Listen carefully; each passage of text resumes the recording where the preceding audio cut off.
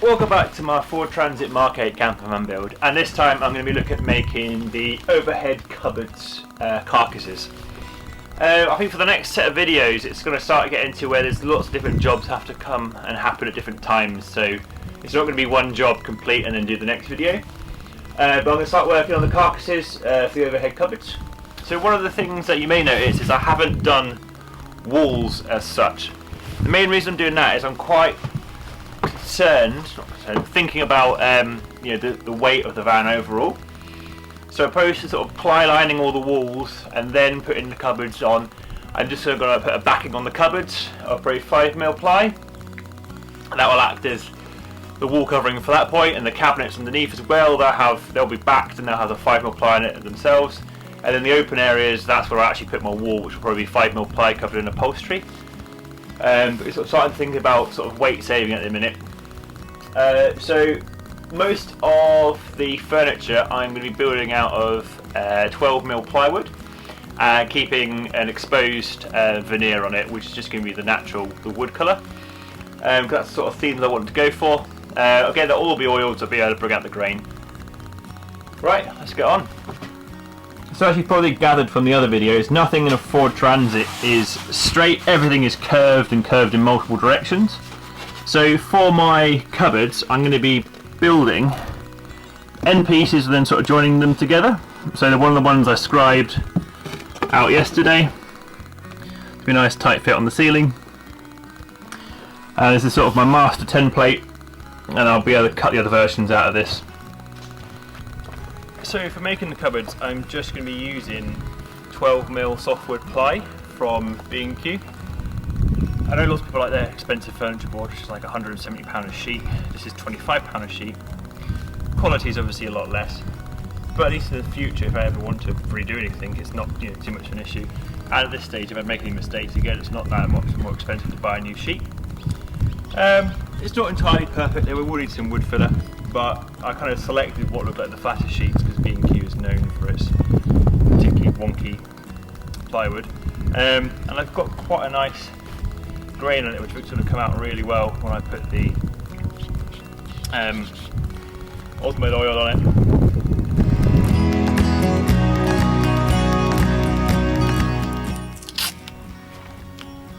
Just going to tape up the bottom of the circular saw, just because I noticed in the first cut it did do some scratches to the wood.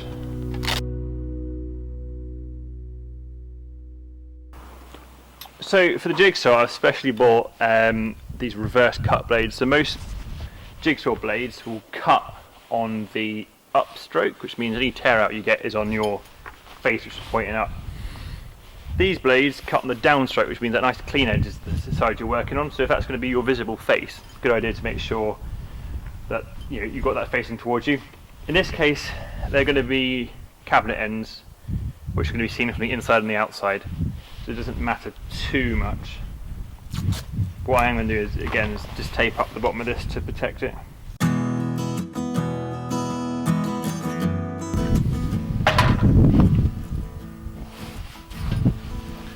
So as an example,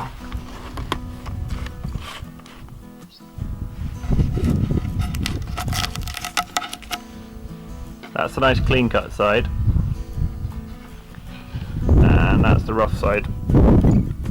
It's actually a lot more tear out than I thought, but I am going to be routering this. Any big gaps I would fill just to fix.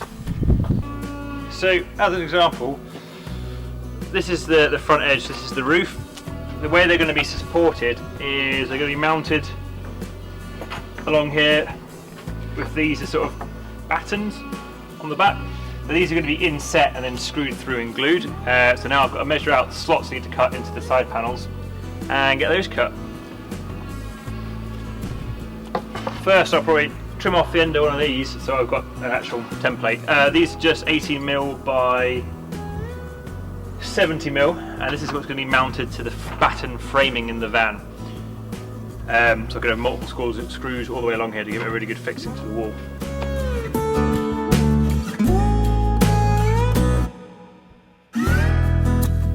Right, well, it's a few wet days later and I've finally got all of my side panels for my cupboards cut out. two of the supporting beams are going to go at the back, and then one on top, but there's also going to be a light bar running across the top. So what I'm going to do next to it for their sort of final appearance is I'm going to sand the edges down flat with 240 sandpaper on my electric sander, and then I'm going to use a round over bit just to sort of bevel the corners slightly, and then I'm going to Osmo oil it. So the final finish should hopefully look something like this after it's rounded over and the Osmo oil applied.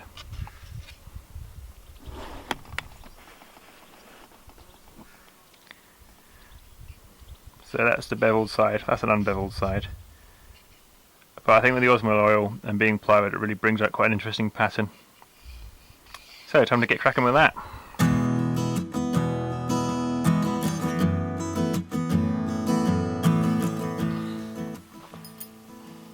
So I've set my router down to the level I want. Now it's just the process of beveling all the exposed edges.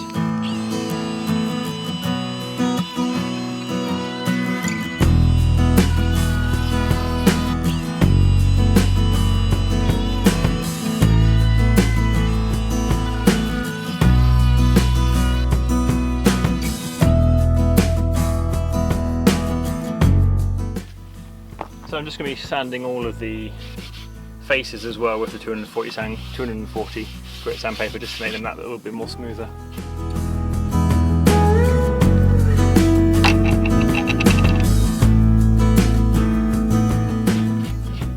Of course, this isn't the most expensive wood in the world. I noticed one or two cracks in it, just on one of the layers of the wood, so I'm just filling it with wood filler. Of course, repair any bigger chip outs I've had when I'm cutting as well with that.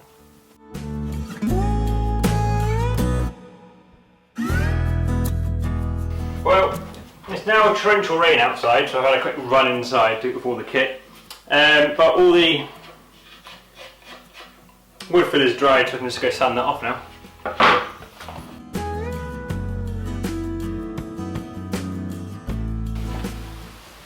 It's still raining outside.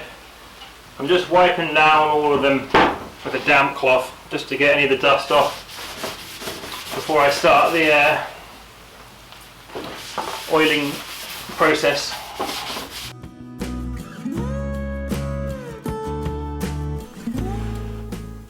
This is also how I'm going to fix some of these edges on the plywood where it's not completely laminated together or there's a gap. Let's just fill that with wood filler and then sand that off. So the same as I did for the roof cladding, I'm going to be using Osmo oil, which is a oil wax combo, and I've gone for sort of the clear satin, so sort of semi-reflective, semi-shiny version. So I really like the finish. I'm just going to apply it with a sponge to each piece. I'm just going to get one coat and I have to wait about 8 hours to do the next coat.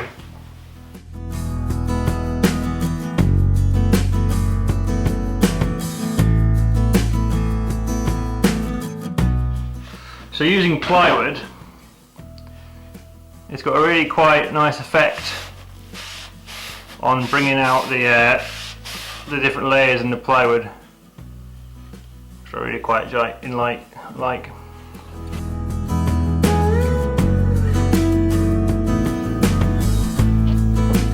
Well, whilst I'm waiting for a router bit to arrive so I can do some more work on the actual cupboards themselves, I'm going to cover this back wall. So I've made some 5mm ply backing and just painted it white, and it's going to get mounted directly to the wall, to the hidden battens, and then the main support brackets on the back of the cupboards are going to get mounted through it, so you'll never see these holes.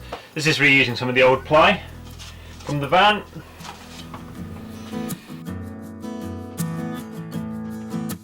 So one of the things I think is important to do is to have some neat cable management. So I've drilled all of these holes here, and I'm going to use the conduit glands to kind of line up all of the existing conduit. So further down the line when doing my wiring or any retrospective wiring after the van's finished, a lot easier to fit if I've got these nicely sorted out conduit channels. And these are the conduit pipes which were laid earlier and come all over the vehicle to this point. So from here, I'm going to have sort of two electrical cupboards. So I'm going to have the electrical cupboard here, which is going to have the fuses and the switches to turn things off, the isolators.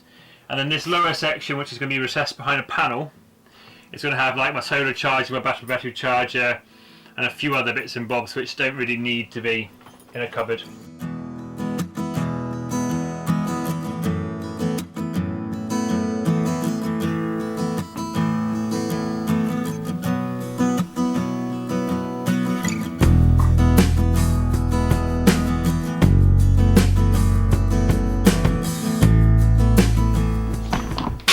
Right, well that's the cupboard backs mounted. So this is kind of the worrying bit. So I've got to use the router and basically route out a groove for the LED light strips, sort of diffuser channel to go into on the underside of the cabinets. I have to run out router out, which is 5 centimeters deep, 5 millimeters deep, and 24 millimeters wide. My biggest flat bit is only 22, so I'm going to have to do 2 passes. So it's just lining up the first edge at the minute.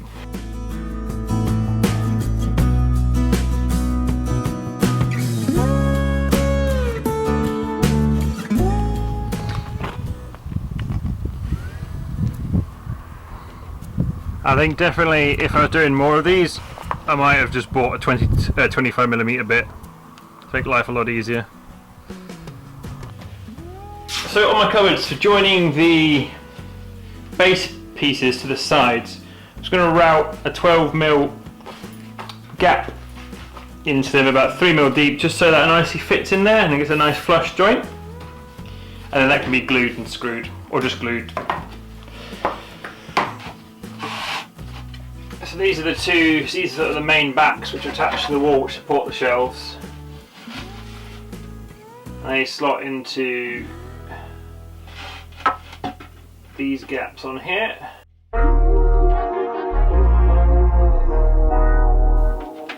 Nice tight fit slash not fitting. Actually, if they all tightly fit like that, it'll make my life a lot easier. I mean, if it's all going to fit together like that, that would be great.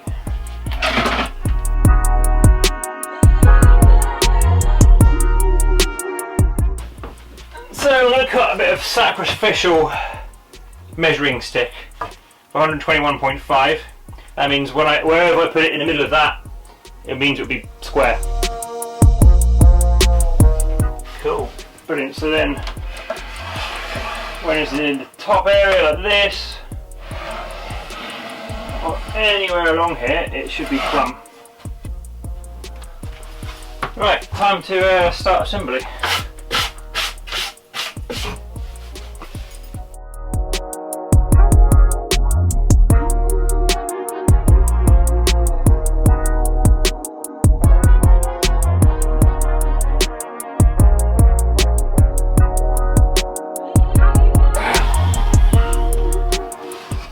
So this is not its final location, it's got to go a little bit more over to the right, but just to get a visual of what it looks like mounted. I'm pretty happy with that. It's a decent amount of storage as well.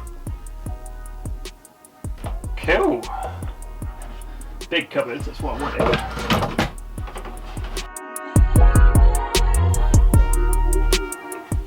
So I'm just adding some fixings or battens for the top basically, which can screw through to the beams recessed into the ceiling.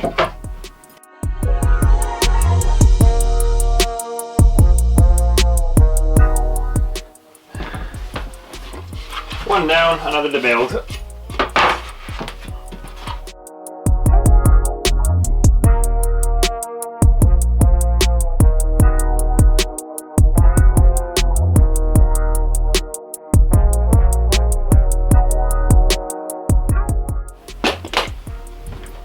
This section between the two cabinets is going to be another cabinet in itself, but that's where I'm going to have my sort of electrical control system and fuse boxes.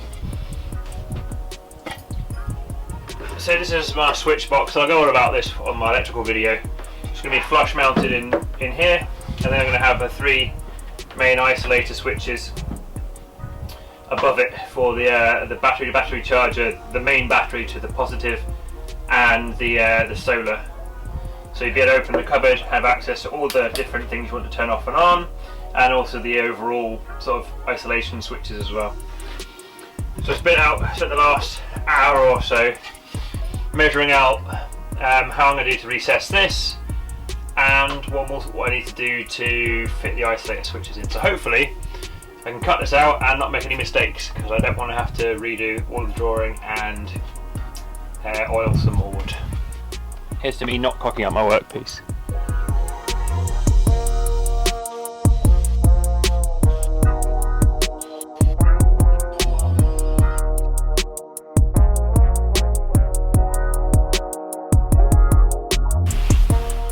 Right, so time to start mounting my switch panel.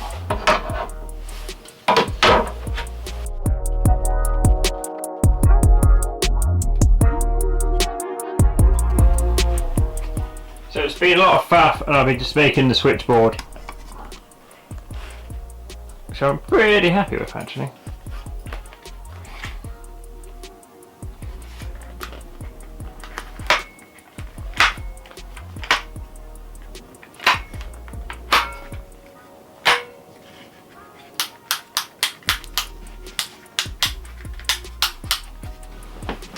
So now it's the complicated bit.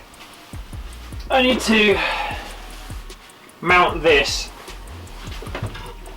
when this has to be up here.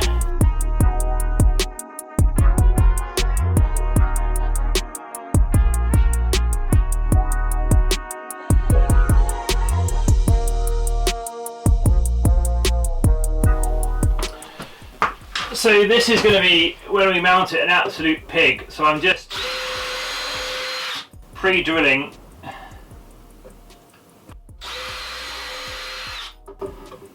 my screw holes now before I do this fixing.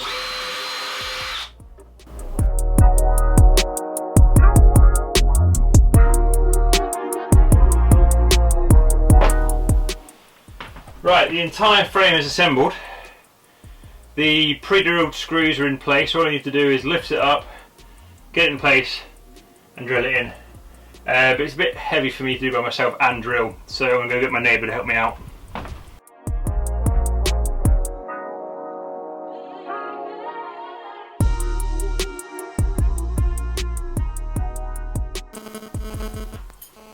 Just finally got them finished up and mounted. I have to admit, I'm really happy with how these have turned out. It's sturdy, it's not going anywhere. And on the underside, that's where the light strips are going to go, and that's the temporary access hatch for the electrical cupboard. We'll mount it up in place.